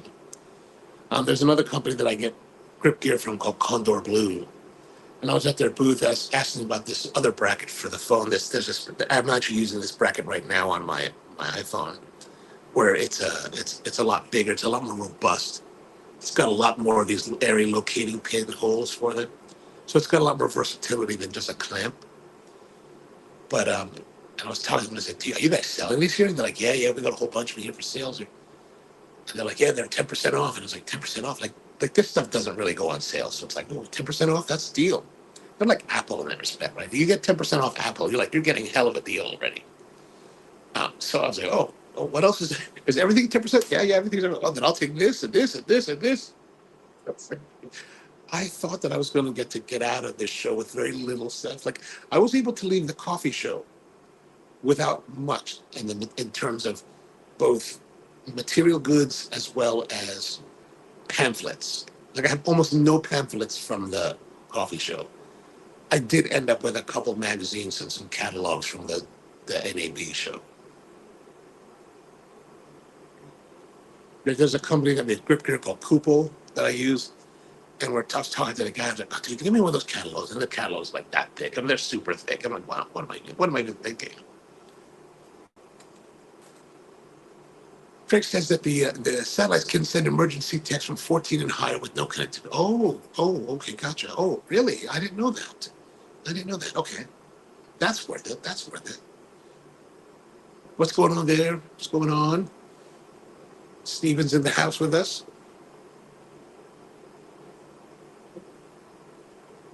Steven, I imagine the weather in Phoenix is pretty much what I was experiencing yesterday, the last couple of days in Vegas.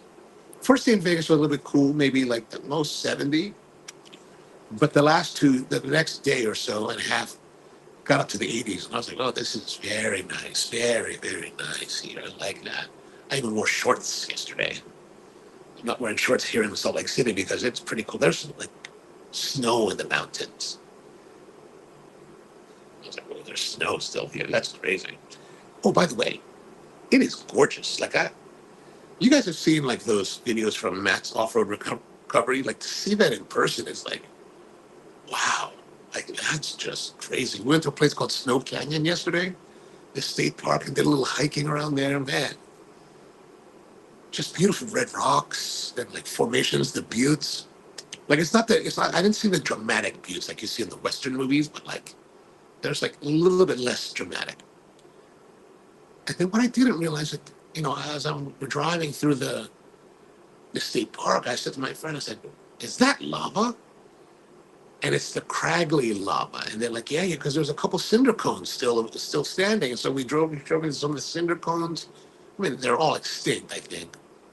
It's not like we're in the Big Island of Hawaii where they're still kind of active, or at least potentially active. These are all. But I was really surprised that here there are all these fields of lava. Craggly black lava. What in Hawaii we call it's a type of lava, really craggly looking. The other one that's smooth looking is what we call pahoihoi. I didn't see any of the pahoe, but it's all craggy. But I was like, there's still craggy lava. It's still black. It hasn't broken down. How long has this lava been here? I don't know. 1,000 years? It's still not broken down. Like, I mean, the stuff in Hawaii is a few hundred years, maybe 100, 150 years old. What was it, 150, within the last 150 years, was there active lava happening in this place? Because the cones themselves look like they're kind of green. So I don't know. I have to probably do some research and read about that. But I thought that was fascinating. I had no idea that there was like lava fields on the mainland. Like it makes sense because, how do you form the world if you don't have magma displacement onto the surface? But I don't know.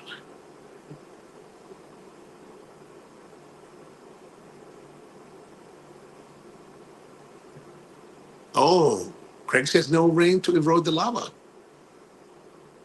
That makes sense. I mean, that's kind of like how it is on the lava fields in Hawaii. Like on the Kona side, that's also very desert-like conditions. So there's no real rain there, so that you're not getting much erosion. Where on the Hilo side, where there's a lot of rain, it's a lot more lush, a lot more covered. So that does make sense. That makes a lot of sense. Okay.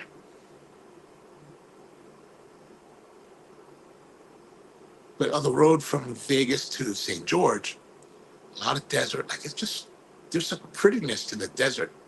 And then after you, before you get, is it right? Before you get to St. George, I think when you're going through Arizona, there's a little dog leg through.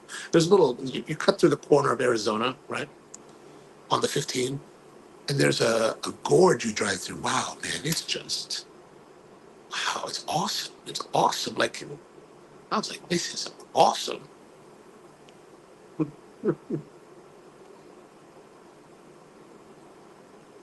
Brian says New Mexico lava still looks perfect. Wow.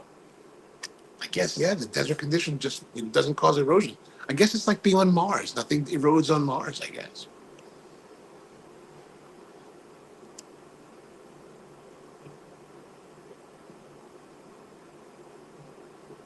But what's been going on? I haven't really followed along too well in the news. And that's the one thing that I've kind of forgotten about since it's been like 10, a good 10, 11 months since I actually traveled on a trip. Like the last time I traveled, I came home from my month-long Asia trip back in June, and I haven't gone anywhere until this trip. And I realized that I hadn't been anywhere.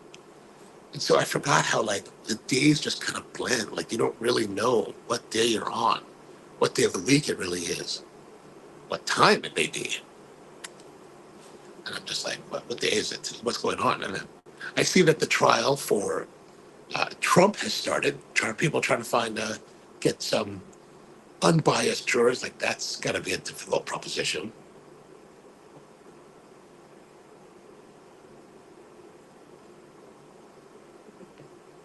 An interesting thing about Elma Pais is that the lava flows in New Mexico or one of the jurors on Trump's trial?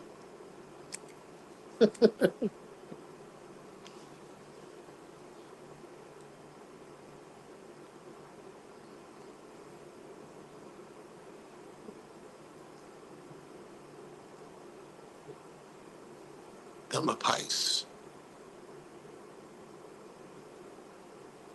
Oh, it's not two words. It's one word. Okay. Something country? Pais? We're coming down to we're definitely into the last third, which is good. We gotta, I do have to be out of here when services start here at the ward. Siri, oh, Elma Pais. Elma Pais. Is that the place in New Mexico that has the lava?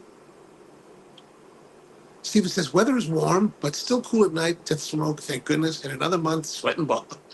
All right, well, smoking and enjoy while you got them. Ah, sheesh, the lava flow in New Mexico. Okay, gotcha. Mapais. I wonder what that means. The something.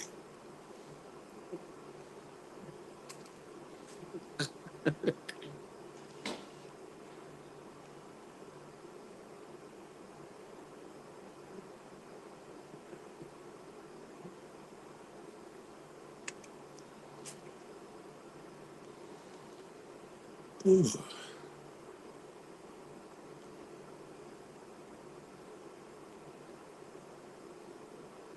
can hear the congregants upstairs starting to gather. Soon they'll probably be singing hymns.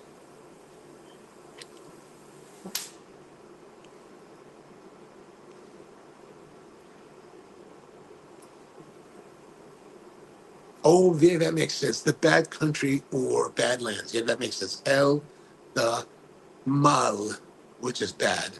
País, country. Yeah. That makes sense. The bad country. Or the badlands. Yeah, that makes sense. Totally.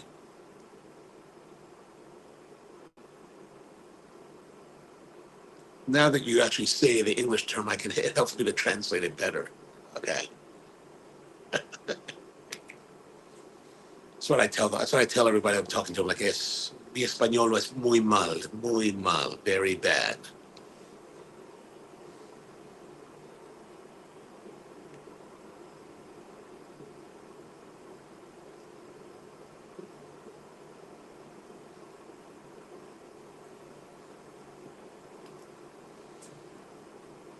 So here it's still pretty early. Like it's only what 7:35, maybe 7:37, something like that. So still a good time to go and get some eat. I don't know where I'm gonna go. I gotta look up a place to eat around here. See what. Like I asked my friend yesterday, like, what do you want to eat? I said, is there Mormon food here? Like, what do Mormon people eat? Like, I want to go check out Mormon food, if there is such a thing as Mormon food. The church group coming in, Mormon. Yes, I'm in a Mormon ward here somewhere in Salt Lake City that I really cannot disclose because we are in the basement speakeasy because it's illegal to smoke inside in Utah. And these intrepid people, and no coffee too. Coffee's banned in this building. And it's good because, there's some intrepid Mormons that are like hiding out from the bishop that have this place. It's fantastic. And I'm surprised. I'm just surprised I was able to run into these guys. They're like, yeah, you can use this place. You can use this place, brother. Well, may the peace of the Lord be with you.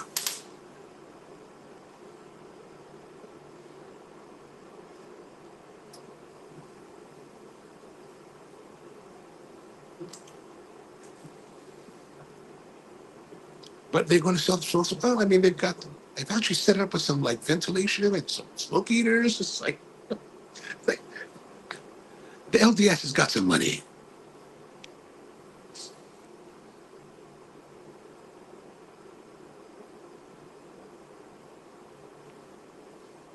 They're very friendly, very friendly. I may have to listen to some church services or something later, but that's fine. That's fine. Now that I probably smell a little bit like cigar smoke, nobody's going to sit next to me, so it's all right.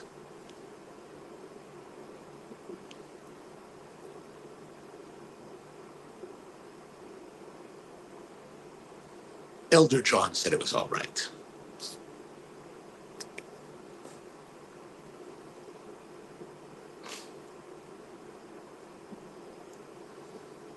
But the church basement, it's just like a regular basement, just kind of cinder block walls. Everything's kind of simple.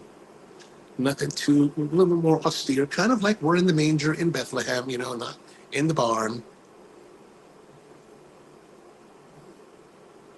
Rusty says, is there such a thing as Mormon food? No idea. Yeah, I don't know. I wonder if there is. I got to ask.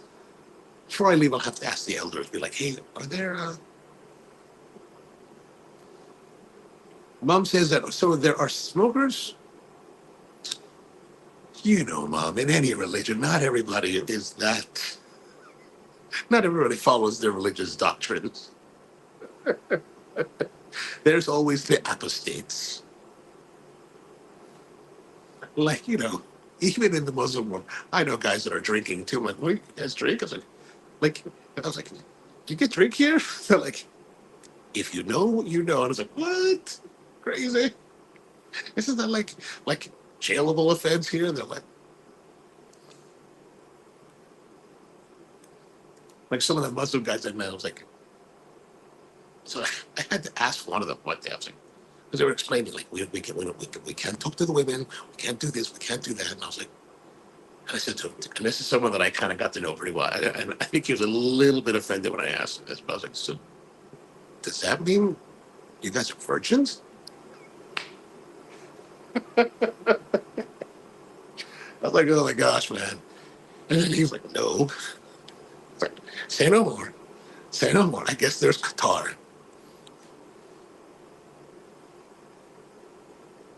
Evidently, a lot of guys in Saudi, when they want to go and do things that are not necessarily allowed in Saudi, they'll go to places like Bahrain, because I think Bahrain's kind of like the Vegas for Saudi or something like that. Is that the one that has you can drive across the bridge? I think that's the one you can drive across the bridge from Qatar. No, I can't remember, but I think it was Bahrain. These are the things you hear about when you get to know people. You're like, oh, there's so many stereotypes that we think that we know, but then there's the reality of everybody's just trying to enjoy life, you know. One guy even said to me, you know, like, under rule that, you know, there's what the kingdom wants, and then there's what everybody else does. And not that everybody's doing, but some people will push the limits and all that kind of thing. You toss scones and jello. Ooh, I'll look for that. I'll look for that. Craig says, I had a summer job when in high school working for the Mormon church in Toronto. Oh, right on. Did you enjoy that? Are you Mormon? I dated a couple Mormon girls once upon a time. People always said Catholic girls are freaky. And they didn't date the Mormon girls I dated. Brian says, I taught concession sales at a movie theater in a Mormon town. Oh, nice. So my friend Annie, she was telling me yesterday, she's like, they moved to St. George. And yeah, she's Salvadorian, so she's, I guess, got Catholic background. I don't know what Jeff's background is, but she's like, it's really kind of like a little bit religiously conservative, which means it's very family oriented right there. She was like telling me that they're really pro business, pro family. So there's a lot of programs for children and education. And I was like, well, that sounds really nice. I mean, that, if family is important for the traditional Mormons, and I said, that's a great way to go. It's a quiet, kind of bucolic looking town. Very pleasant, very different than the rock and roll lifestyle that we live of the rich and famous in the East Coast. It's like, all right, that's cool.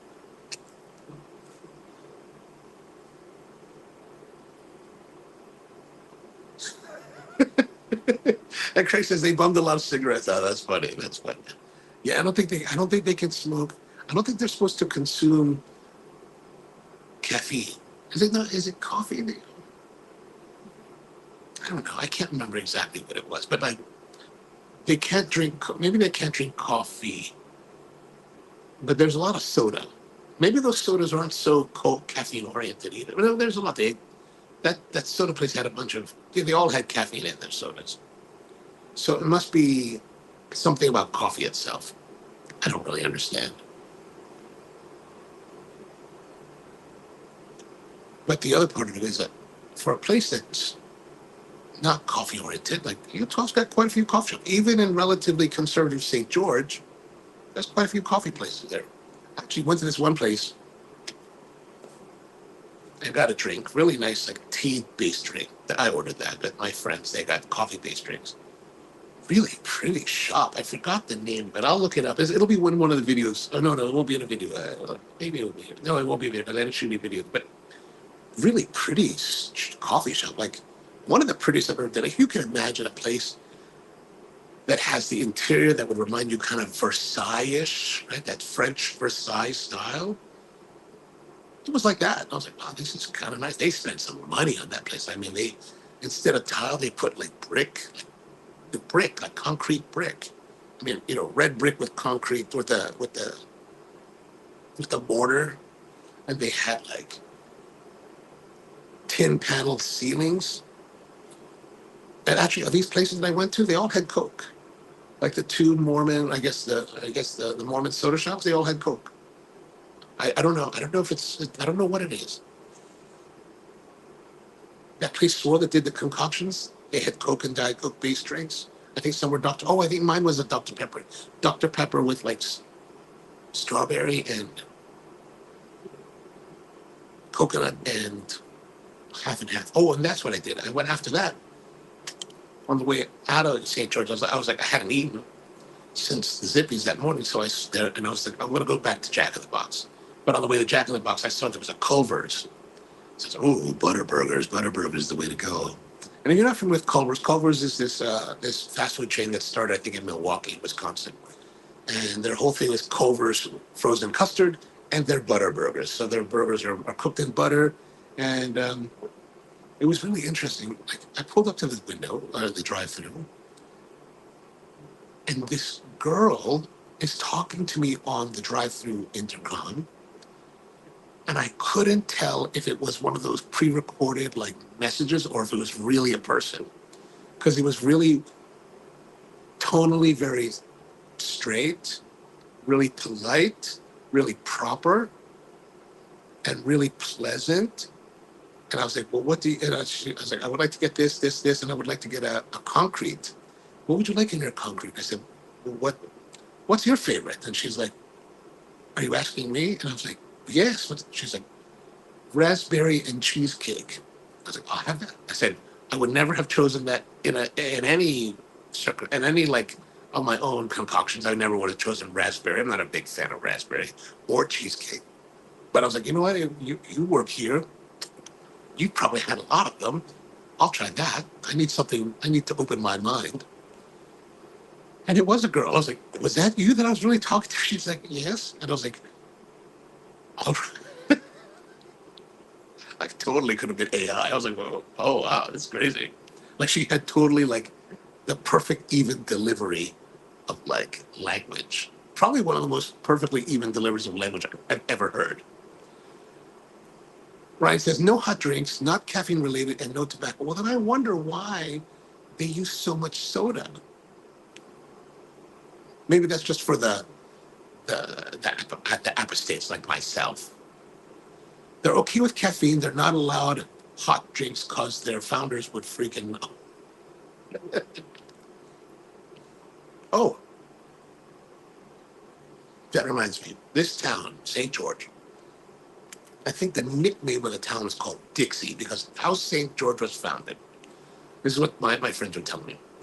Is that was it Brigham Young? It was Brigham Young told a sect of a group of Mormons that they needed to go south and find a place to grow cotton. So this whole group of people, I think 300 people, found their way to the location of St. George in southwestern Utah. And it's a pretty gorgeous land. And they were able to find arable land that they could grow tobacco, cotton. And this is where I didn't understand the history and the connection. But they called the town, the nickname of the town is called Dixie. And I was like, Dixie, like Digsy, or Dixie, Dixie? And as we were driving back into town from the state park, I did see one house that had a Confederate flag flying, the stars and bars. And I was like, what is this going on here? And then they were telling me the story, and I was like, so was this place aligned with the South or with the North? And then they were like, well, yeah, well, they're growing cotton, And I saw the Confederate flag. I was like, what is going on here?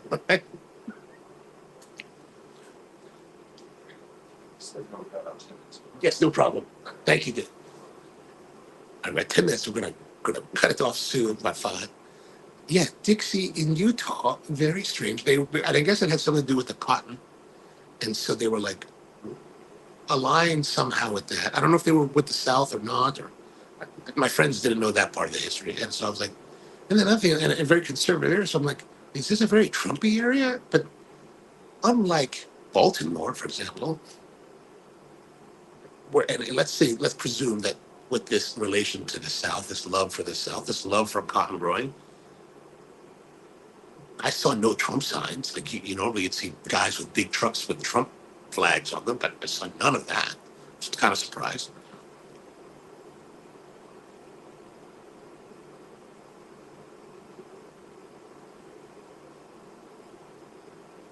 But I don't know.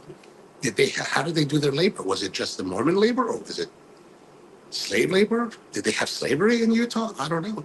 And then my friends were, well, maybe they got the Indians because there was Indians here. So maybe they got like the Native Americans and enslaved them or enlisted their help or something. I don't know. I had to research that. Brian says, oh, I also used to process health insurance claims for WordPerfect. That's too nice. And Steve says that Culver's has the best fast food bacon in burgers, hands down. Right, they just came to tell me that we have to vacate because services are going to start soon. They don't want to see anyone doing illicit stuff in the ward. totally understand. Don't want to wear my welcome. So I'm going to sign off. But so we got, I'm going to say just good. So another 14 to our 36.25. So 40, 50, 50.25. And then how was the draw? I would say that is very good. So let's give that an 8. So 50, 58.25. And then consistency has been, it's very good consistency. So 58, 60, 66.25, 66.25, and then let's say we're overall good. 66 plus 7 would be 73.25. So our score overall 73.25 for our cigar of the day. Brian says, leave it to a major kid to know fast food. I'm going to have to put this down now because, I want to respect my elders and not wear out my well-prepared award because it's time to go and the services are upstairs. All right, so thank you very much for joining me today. We're back again next week. We might start a little bit earlier because we're supposed to be back at Capitol Cigars in Bethesda for the Pete Johnson appearance. So come join me then. I'll try to put some more links on it to update you if we're going to start early. But if not, come join us at 8. We'll be rolling by 8 for sure. Steven says Culver's has a nice fried shrimp and decent cocktail sauce. Oh, don't forget the cheese curd. They actually sprinkle your. I forgot about those things. I was just kind of in a rush, so I didn't really get to look at the menu very well. But all right, so thanks very much for tuning in. Back again next week. Same bad time, same bad channel. And see you then. Hope you have a great one. And see you till then. Whoop. It's not working. There you go.